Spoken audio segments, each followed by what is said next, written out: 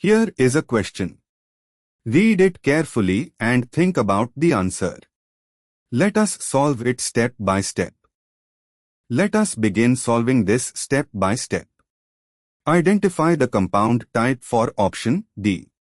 Option D shows a 2,3-dichlorobutane structure. The molecule is CH3, CHCl, CHCl, CH3.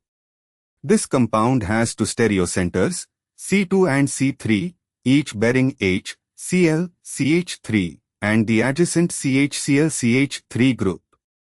Moving on to the next step. Determine configurations at each stereocenter in D.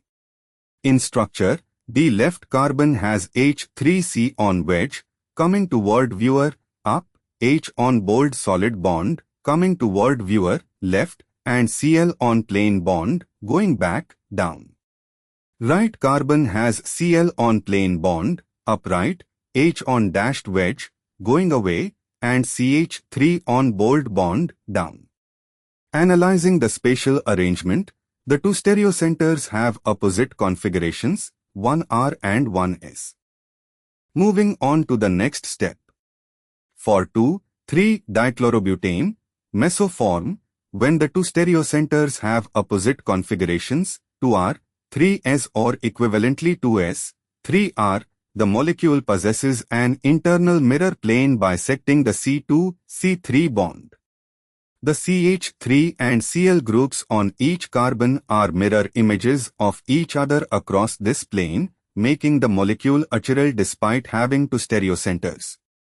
And for the final step, A 2,3-dichlorobutane but both stereocenters have the same configuration, R, R or S, S. This is a chiral enantiomer, not meso.